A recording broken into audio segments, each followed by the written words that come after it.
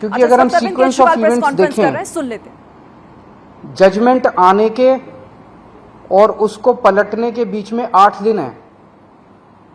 पहले 3 दिन secretary services गायब हो गया, उसका फोन ऑफ हो गया। 3 दिन के बाद सेक्रेटरी सर्विसेज निकलते हैं, कहते हैं मैं कोर्ट का ऑर्डर मानने को तैयार हूं।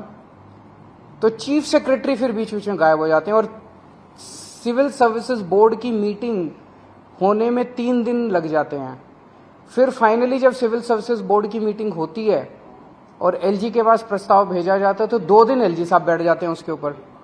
8 दिन इन लोगों ने इस तरह से बिता दिए। ये सारे के सारे कोर्ट के बंद होने का इंतजार कर रहे थे कि कब कोर्ट बंद होगा, कब कोर्ट की छुट्टियां होगी और कब हम अध्यादेश लाएंगे।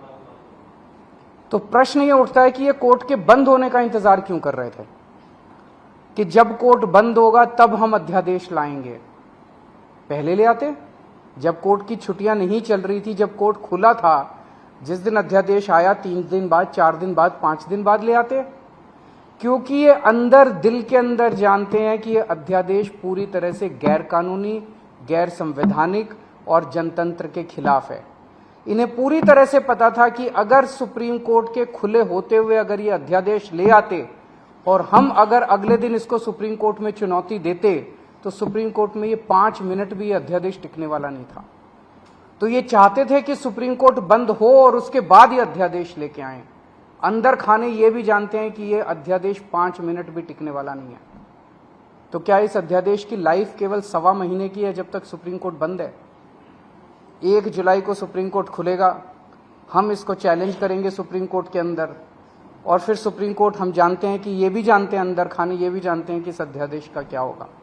तो क्या ये अध्यादेश केवल इस 1.25 महीने की छुट्टियों के लिए लाया गया है?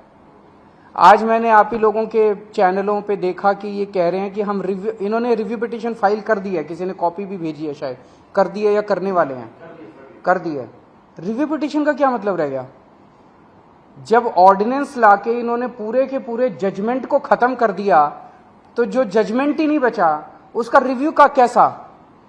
तो रिव्यू पिटीशन तो तभी मेंटेनेबल होगी जब अध्यादेश को वापस लिया जाएगा रिव्यू पिटीशन की हियरिंग के पहले। तो ये क्या ये इंडिकेशन है कि जैसे ही सुप्रीम कोर्ट खुलेगा इस अध्यादेश को वापस ले लिया जाएगा? नहीं तो रिव्यू पिटीशन का मतलब ही नहीं है। जज तो यही कहेंगे कि भाई तुमने तो सारा हमारा जजमेंट खत्म कर दिया, तो रिव्यू पिटीशन किस बात की है? रिव्यू पिटीशन तो कुछ है ही नहीं। तो ऐसा लगता है कि ये केवल एक भद्दा मजाक किया गया है जनतंत्र के खिलाफ, देश के लोगों के साथ, दिल्ली के 2 करोड़ लोगों के साथ। एक तरह से सुप्रीम कोर्ट ने जजमेंट दिया, क्लियर जजमेंट दिया कि दिल्ली की चुनी हुई सरकार को पूरा अधिकार है दिल्ली चलाने का, 3 सब्जेक्ट्स छोड़ के, police, law and order and land, बाकी सारे सब्जेक्ट्स हमारे पास हैं। उस जजमेंट को 1 हफ्ते के अंदर ये अध्यादेश लाके अगर ये टर्न डाउन कर देते हैं तो ये आम आदमी पार्टी तो बहुत छोटी सी पार्टी है, हम तो बहुत छोटे लोग हैं। ये तो सीधे सीधे केंद्र सरकार सुप्रीम कोर्ट को चुनौती दे रही है, सुप्रीम कोर्ट को चैलेंज कर रही है कि तुम जो मर्जी ऑर्डर कर लो, तुम्हारे सारे ऑर्डर हम 2 मिनट के अंदर ऑर्डिनेंस लाके, बिल लाके सब खत्म कर देंगे। ये चैलेंज इन्होंने ये सुप्रीम कोर्ट को, सुप्रीम कोर्ट की मैजेस्टी को चैलेंज किया जा रहा है, उनकी पावर को चैलेंज किया जा रहा है कि तुम जो मर्जी ऑर्डर कर दो, हम तुम्हारे सारे ऑर्डर खत्म कर देंगे। सुप्रीम कोर्ट की इंसल्ट की जा रही है। This is a direct contempt of supreme court. आम आदमी पार्टी को 3 बार प्रचंड बहुमत, 4 बार, 3 बार असेंबली के अंदर मिला और 1 बार एमसीडी के अंदर प्रचंड बहुमत मिला आम आदमी पार्टी को। दिल्ली के लोगों ने बार बार चीख के कहा है कि हमें आम आदमी पार्टी की सरकार चाहिए, हमें आम आदमी पार्टी की सरकार चाहिए, हमें आम आदमी पार्टी पसंद है। और बार बार इन लोगों ने आम आदमी पार्टी को की सरकार को काम करने से रोका है।